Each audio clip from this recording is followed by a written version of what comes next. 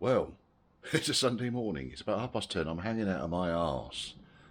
It's been a good weekend.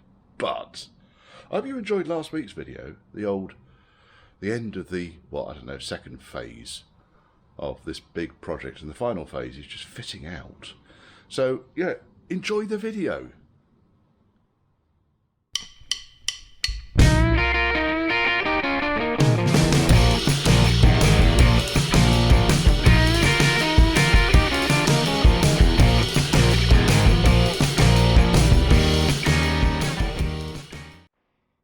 And the weather's started to pick up as well.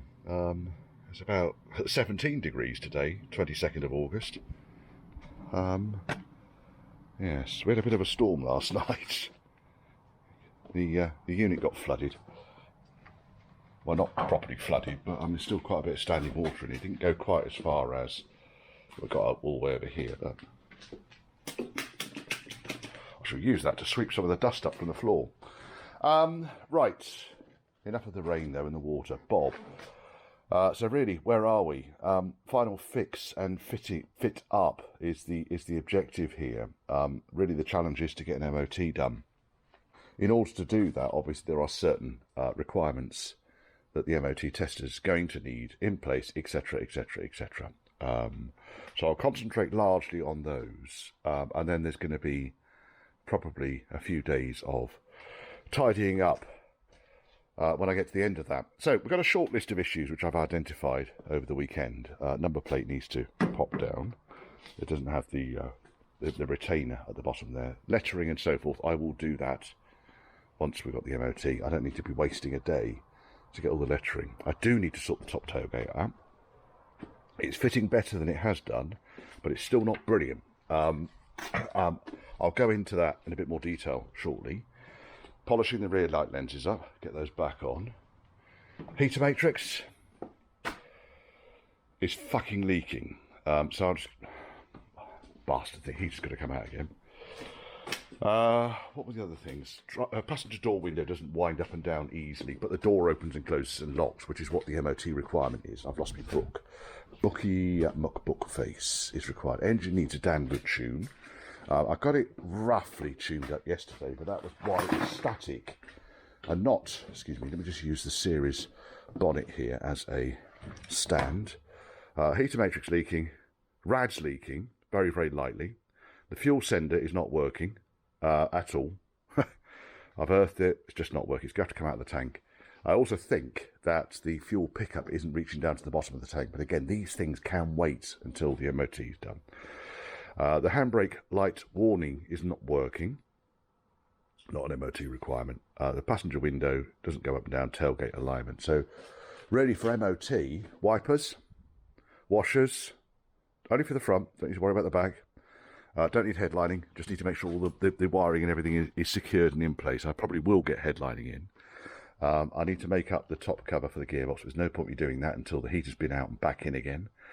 The rear seat belts are in on the outside edge, but I haven't put the bolts through to secure the inner edge down here. That's fairly straightforward. Top tailgate, front number plate. And I think I'm secure the exhaust, so the exhaust needs to be secured. Because at the moment it's just kind of held in with zip ties and so forth. I'm going to weld some some threaded rod onto U-clamps. And use that as the mounting point. So I've got some mounting points, I don't have them all. With me? Oh yes. Oh yes. Yes. Oh, bonnet catch as well. I need to put the bonnet catch. It's currently not fitted. I've got the parts. And I was looking at the air filter yesterday. And that can go on. Even though it's got a massive dent on the back here, that's actually hidden under the bulkhead. So I'll do my best to dress that out, give it a wipe over, put new air filters in it and put it on the engine. Doesn't need much more than that. So, and then really for the finish of this thing, got to put all of the sill covers on. I've got to put the rubber fixing at the bottom of the door, because obviously we can see daylight through there, we don't want that. And the sill tread plates, the carpets, the catches for the rear side windows. But it's actually in the headlining. It's actually... as I said last week, a damn sight closer than it has been. Rear view mirror as well. I'm going to need to fix up for the MOT. Is an MOT test point. I'm not sure door mirrors are. They can go on fairly easy. I mean, this one can go straight in. I had a big long conversation with Rob yesterday about the state of these rubbers here. Oh, maybe we should put new ones in. Oh, I've just fitted these ones.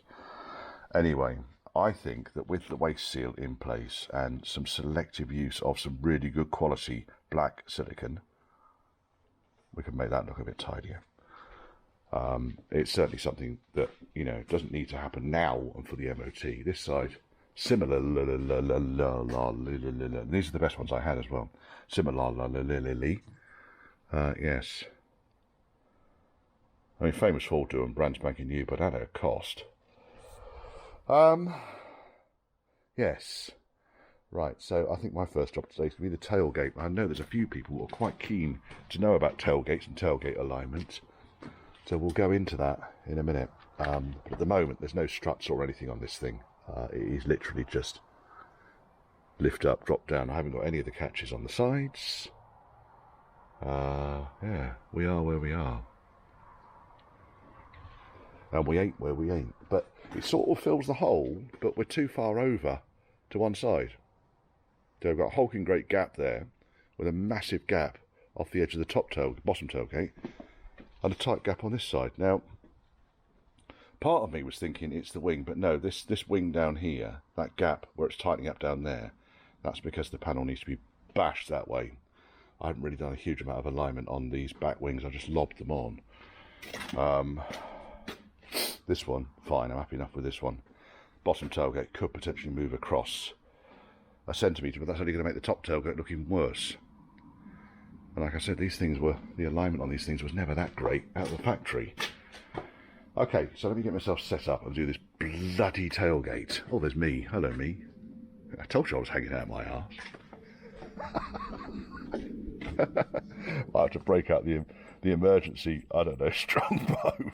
Emergency special brew is required here. I'm not doing that. 10:30 on a Sunday morning. That is not happening. Now, I've built this frame here. This is one of the aluminium top tailgate frames. These aren't scratches. It's just bits of silicone that are on there. Oh, there might be a mark. I'll polish out. Yeah, I've been very, very careful putting this thing together. So if those are marks, that's marks because they've come out of the factory like that. All of this is just silicone where I sealed the glass in. Building these frames up is actually relatively straightforward.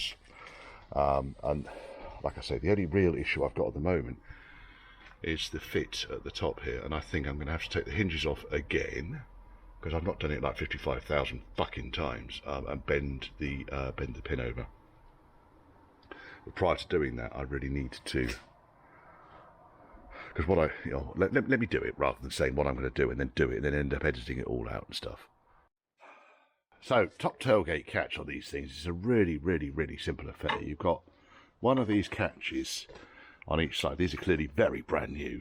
You've got one of these catches on each side, and the idea is that you adjust the rods, and I'll go through that in a second. The rod is here. This piece, which is part of the catch, turns. That's part of the release mechanism. And it secures through those two holes there and ends up looking like a kind of lopsided mouth, sort of fun, smiley face. And then the handle, which goes on the outside here, has a plunger which pushes down and activates that. And when it activates that, it pulls these two rods inwards. That's the nut and shell of it. Sorry, nut and shell, nut and bolt with it. Whenever I'm doing a top tailgate, I always leave the bottom tailgate open. And there's good reason for that, is because it saves me having to climb over the back seat in order to activate or open the top tailgate should it decide it's not going to open. Now, these catches, there is not a huge amount of movement on these catches. There really isn't. I think kind of when this bolt goes through here, that really is about it. There's normally is a piece of foam that goes in behind there. Like that. They've not supplied it with the kit. But I've got plenty of stuff out there, and the idea is it just stops the catch from moving. So I've got rolls and rolls of kind of flat rubber strip that I'll push into those gaps there, because what we don't want to do, you see, is to put strain on the frame. Can you see? Strain on the frame, so that that ends up pushing outwards. So I'll get this assembled, and I'm going to come back to you and show you a few tips and tricks about getting this all set up. Oh yes, right. With the tailgate strut mounting in place, which prop rivets at the top edge, and I've got a nice captive nut there that goes on the screw, the top screw on the side catch. You can now see you kind of get a little bit of adjustment, but I tend to keep them level. If I have to adjust them, then you just have to loosen that nut off a little bit and they will adjust. This fella is screwed in tight because you've got to start with a reference point. And if this is flopping around all over the place, then these rods are never going to be fixed to one length or another. So that gets fixed. I'll nip these screws up as, not as tight as they go, but you know, so that they're not going to shift around. And then we'll go into the rod adjustment, and I'll talk to you about what happens with rods. Right, I don't know if you're going to see, I don't know if it's going to be too bright. Now, let's come over here for a minute. The tools you need to do this job, apart from a big one like me, massive tool. Bring you down a little bit closer, it's a tripod. So that is the remains of one of the end pieces that goes on the catch, and you can see that goes beautifully into a 1/4 inch socket. However, a 1/4 inch spanner doesn't fit on there. I don't know, you tell me. Maybe my 1/4 inch spanner's bent. It's the only one I've got. So I happen to have a 6mm spanner which fits like a glove. Okay, so you need a 6mm spanner to work on the shaft, on the catches on the ends, and you need a 5/16, which is the lock nut. Now you don't need to worry about the 5/16 just yet. So what are we going to do? So I've got the catch here. Now at the moment, when we're in the resting position, I can't activate, I can't lock the catch, I can't push it out with my fingers. So at the moment we're way too tight. So I'm literally going to use the 6mm spanner, probably use my fingers actually, to wind this chap out. It's actually quite tight in here. It's not easy. If it was easy, then people wouldn't be asking me questions about how to set these things up. But still can't do that. Because what's basically happening is when this rod pulls, yeah, when this rod pulls, that's when it opens the catch.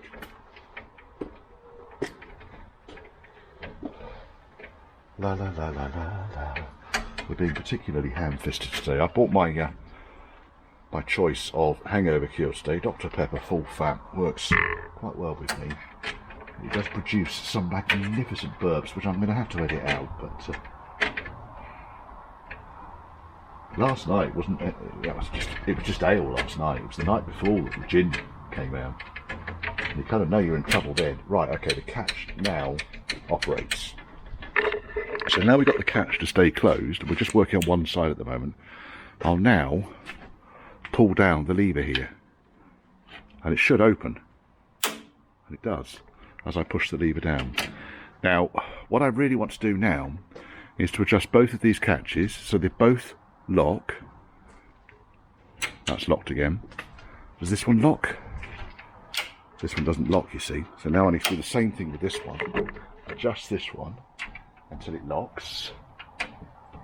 More fiddling and faffing around. Probably would have helped if I'd lubricated the thread that it goes onto, but you know, we're not perfect, folks. I've got a 6mm spanner. Softly, slowly, catching monkey and all that. Right, that's closed. So that's now locked. And if I pull this lever that way, it opens. In fact, it opened both of them. How about that? They both seem to open at exactly the same time. Now, if I now push this lever down, that one opened, that one opened. So they're opening at different times. So this one needs to slacken off a bit more. By slackening it off, by slackening the rod here, you're making this rod longer. Because you really want both of these to open at exactly the same time. So don't open it exactly the same time, and they're not going to close it exactly the same time. Right, locked and locked. and Mr. Catch.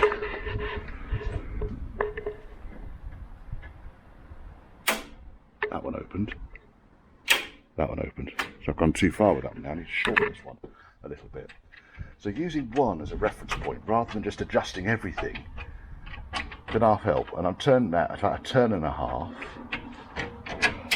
Let's try it again. But obviously if you've got the handle in here, you can just push the plunger down. But all I'm doing here is I'm just putting a spanner in there and leaving it down slightly. So close, we're going to go back half a turn on this one.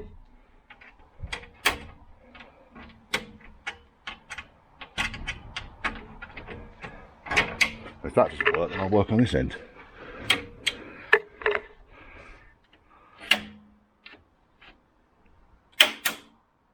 Oh, which one went first? I wasn't actually concentrating. You can go in here, you can stand there, you can see what's going on. You understand what it is I'm doing now. Hopefully you can see the top edge of the decan. So you can hear what's going on. Let's just swing it around a little bit. There we are. You can see me now.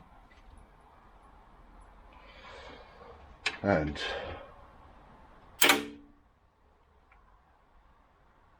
right, now we've got that to do that. The next thing we need to do, because I've taken them off, is put the catches, which is where all the adjustment comes into, back onto here. Now these catches look very much like this on these early cars. You go that way up. On the later cars it's just a peg. They do exactly the same thing. Now these come with a variety of shims and bits and bobs. As you can see, I've done a great job of cleaning all this shit up. So I'm going to have to, because I've just attached it onto a loop, I'm going to have to clean all this up, get these screws out. I've got new versions of these screws, and then I will show you how I align all that lot up. Screwed these captive plates in, so these catches in on the side. Now, there is a captive plate in behind here, and I was a bit worried about it dropping down inside the door. Now, people have told me, no, they won't drop down inside. They won't drop down inside the D post, because if it drops right the way down, I don't know, I'm probably fucked. So what I do is I've just used a kind of a sacrificial bolt and cut the head off it, put the bolt into the thread. That holds the captive plate in place. I can put the lock mechanism over the top of it, fit the two washers behind there now. I've got more padding on this side than I have on this side. It's designed to be kind of adjustable.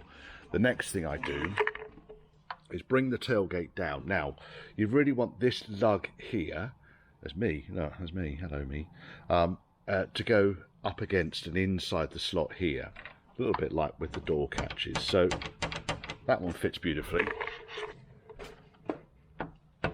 That one probably could go down a little bit, I think, because at the moment it's just a little bit too high, that one. I want to bring this one down. Can you see? You can see. So we'll just slacken the two screws off. That's gone down a smeg. We'll see if that works. Tighten them up. These don't need to be done, you know, biblically tight. That's better. That goes in nice and now in theory I should be able to. There you see, it's a little bit too tight. That one goes in. Does this one then go in? No, this one's not going in. So what we need to do here is probably bring the catch further forwards. Now at this point I can just put a screwdriver into the hole. Nah. I don't even know why I was looking for nah then. If I undo this, next thing I'm going to do is the exhaust. I'll bring it further forwards. Trouble is it's not then going to go down to where I want it to go to. Oh, it did. Right. Catch. And catch. Okay, so that closes. Have I even done these up yet? Yes, I have. Let's open.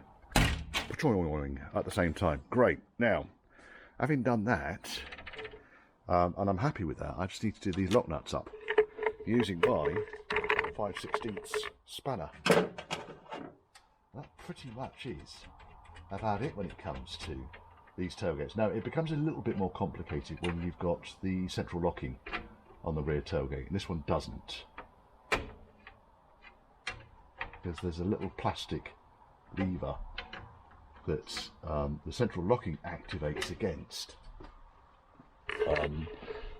which actually bypasses what the key is actually doing.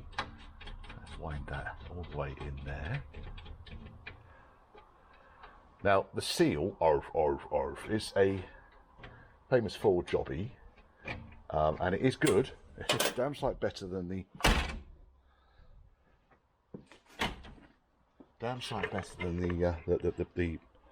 Britpart blue box jobbies that I've had in the past, but it does need to settle. It does need to squash down a little bit. And you can see the seal is tight up against the frame on both sides. Now, I can't get this frame to go any further over. I can only assume that if I was to undo all of the screw fixings on the corners here, I might be able to manipulate the frame over a little bit. To my mind, the frame, this side piece here, rather than where the hinges are, this side piece needs to go that way. But for now, that will actually work. Well, you're looking at the sky, that's very flipping good. The other thing I did do, I've got the handle here. I still need to configure the handle for a lock, but I positioned the handle over the hole and push the plunger. It works. So we've got kind of 2 or 3 mil of push before it actually opens.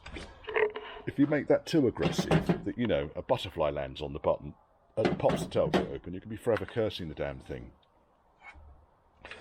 Right, so now I've done that, I need to have a little clear up here. Bom, bom, bom, bom, bom, bom. We need to put the bottom tailgate up and see if the top tailgate then closes, which it should do. I'll just keep my handy screwdriver out so I can pop the tailgate back open again. I've only got one of the struts on the top tailgate at the moment, so I wobbled the camera around violently there, didn't I? Bottom tailgate closed. What I'm going to do here, by the way, this wing needs to come that way, just a smeg, because I'm actually going to take the screws out behind here and slip a washer behind each one. And the reason it's done that is because when I put the reinforcing plate down here, I put it too far that way. It's nothing to do with the wing alignment, but yeah, a bit silly, Richard. There we go. You know what I've done, don't you? I can put the screwdriver in there. What a tool! That should do it. There we are. So it opens and it closes. How about that? There is a plate that goes on the top here, which I have got. Currently, this is a much later plate because it's got the 4 holes through it. I don't think I've got one with 2 holes through it. I don't think I've got all 4 of the bloody catches. But that needs to go onto there and pop rivet down. Now it may actually stay there if I just gently push down. Yes, so I know it's going to clear the bottom plate that goes, the sealing plate that goes onto the bottom tailgate. So I'm happy with that, and I've left my fucking tools in there. I'm running out of tools to open the top tailgate. It's like I'm going to use a pen. What an idiot. Obviously you couldn't make this shit up. I'm going to paint this. Normally these are kind of a galv finish. I think I'm probably going to end up painting it black because it will match the top tailgate, etc, etc. And that needs a bit of body sealant underneath it. And you can see there that covers up all of the issues I've got with the paint, except for that bit there. Oh bollocks. Oh well, I'll have to get the little paint gun out. I need to go around touching up little bits of paint here and there and everything anyway, so that's just on the list. So there you go. Top tailgate. With rule number 1 with the top tailgate is never, ever, ever, ever, ever, ever, ever close it using the handle. Because all you do is push the middle of the top tailgate down, the outsides bend outwards, and the thing just gets worse and worse and worse. So never use the bloody handle. Always close it on a corner. Let me take that off for a minute, because I don't want that to bounce around.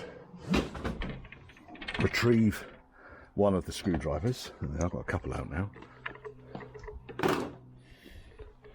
And you don't even have to slam it, just push it down. Firmly push down on each of the corners. Now, as the seal starts to soften up, what will happen is that you'll just be able to push on one corner and both catches will latch. At the moment, because it's an aluminium tailgate and because they do have a certain amount of flex and give on them, I'm going to do it that way round. Make sense? There you go. This bottom tailgate does need to come up a tiny bit, so I'll adjust that when I adjust this. It all just needs to be perfectly aligned. But I'm happy with the gap down that side, less happy with the gap down that side. But basically what I've got here now is, you see the tailgate is too far over. It's because the frame, and you can see actually the frame is just a tiny bit opened out there and a bit pinched up there. So I reckon if I undid all the big screws on the frame, I'd be able to push the frame over before I did them all up again. I just think it's one of those things. And the reason I know that it's not the body frame, because I know, you know that I've done the cross member, I've done the top rail, I've done everything. The old tailgate actually went into the hole beautifully, no problems at all. The old steel tailgate. So it's got to be this kit, and I just need to adjust it by taking the screws out and shuffling the frame over. You can see here it's tight there and loose there because the seals come through. The sealants come through. So it's a bit of a faff, but for the moment it closes and it opens. So I think my next trick is going to be to get this exhaust to seal up, and then I can tune the engine up. You can see it was out yesterday, and it poured with rain, and it's got a load of dust on it now. But I'm going to have lunch, is what I'm going to do, 12:30. Oh, it's been a full-on day today. I know I do this all the time. I do a load of work, and then I tell you what I've done. I don't actually show you how I do it, but I've shown you how to do the top tailgate. So bonnet catch is all in place. Okay, the bonnet's not on its catch at the moment, but if I were to lift it up and closed, woohoo, and then open,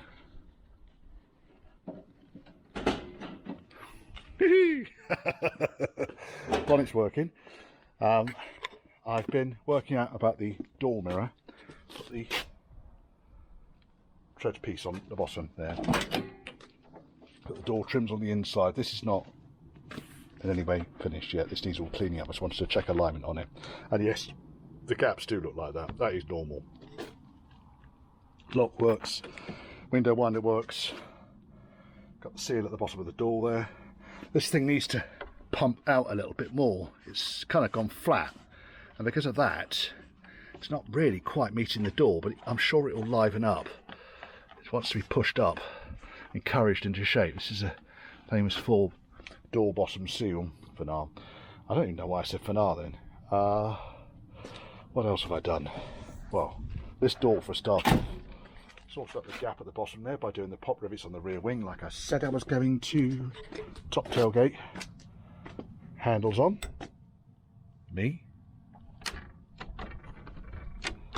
Oh, no longer behaving. Why are you not behaving? Fucking thing, there's an outtake for you. Just needed 2 hands, so basically push down on this corner while I'm pushing the button and it opens. So I just need to shorten this rod very, very slightly. It's not a problem, I could do that tomorrow. Sorting the boot area out really. Just putting all the bits and bobs in there that need to go in there. I've ordered some pop-it kind of things just so that the thing can click into place. Started working on the air filter because it's filthy. Found 3 elbows. 2 of the best elbows would go on the car that don't need painting. Added patina. Oh my goodness. And it's 7:15 and I've had enough. Getting the headlining sorted out. When you're doing a headlining, bear in mind they always drop. This is the backing from the original headlining, so it needs to come off. If you can't see the glass fibre matting, then you ain't gone back far enough. Now I'm going to need to get some resin and just tidy up some of these areas up here, because otherwise it's just going to drop again. But on the whole, this backboard is in fairly good order. But this stuff does come off. You just need to get it.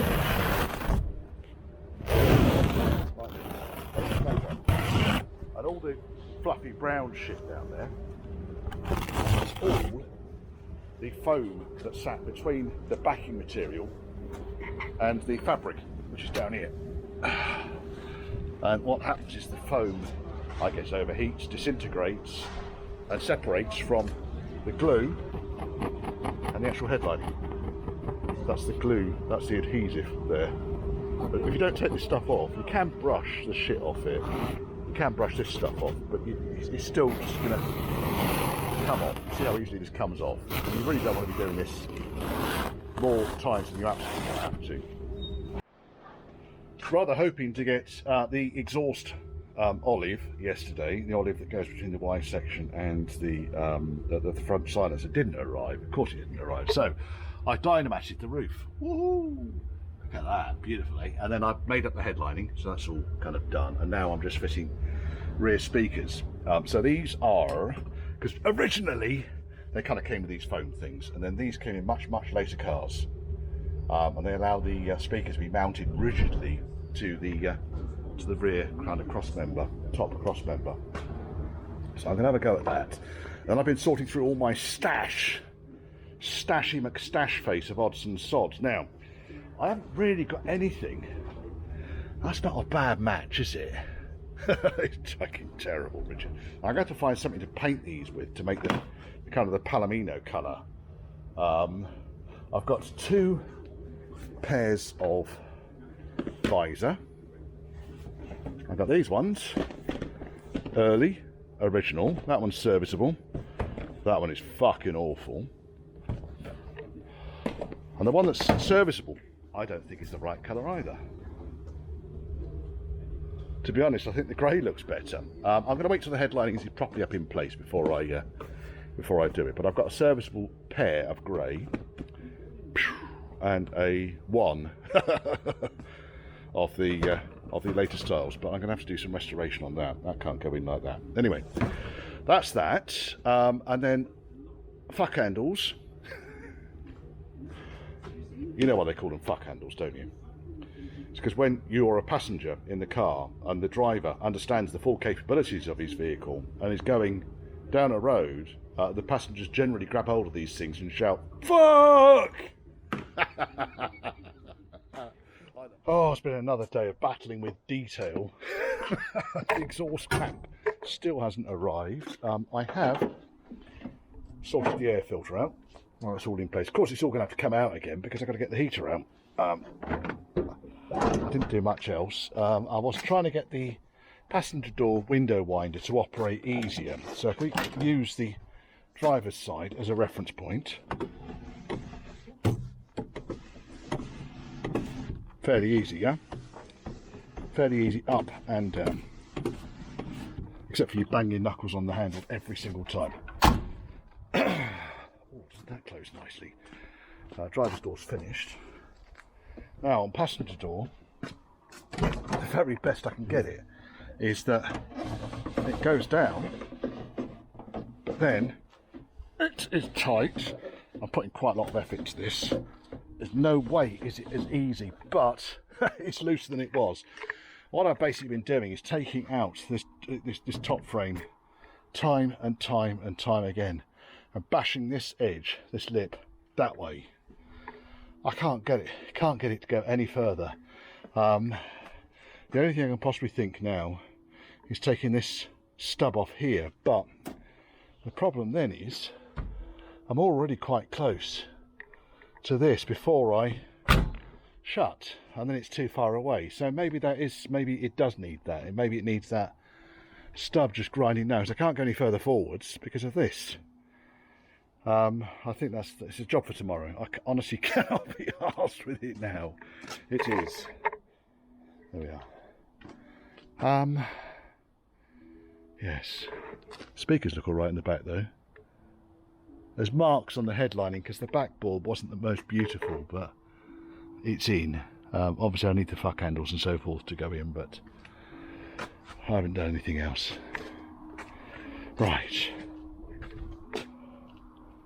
Yeah, I think I'm going to take a little bit off this peg on the back here. There's a plinth. Let me show you. If I go round over here past the LT95 gearbox with overdrive that I bought yesterday, here's a frame here. So on the trailing edge, you got this pillar, this plinth here. I might just try flapping a millimetre off that, because it's pretty close. Oh, it's a damn sight closer than it was. I mean, the trick is, if I go all the way back over here, wrestle my way past the fucking door, what I basically do is, with the frame out, does the glass move up and down easily? Yes, it does. Does the regulator move easily? Yes, it does. When you put the frame into the door, does it move easily? Ish. And then when you put the regulator back on it again, it's a little bit tighter again. Now, it could well be down to the channel on the glass is just causing a problem. This is why you check it without kind of the regulator attached. If I disconnect the regulator, does the glass become easier to pull up and down? In which case the problem's here in this channel, and there is a bend on it. You go right down to the very bottom, go up a tiny bit, you can see there's a bend there. Might well be that. I have lubed it. It's a new regulator. It's just not as easy as it should be. Shuts nicely though. Right.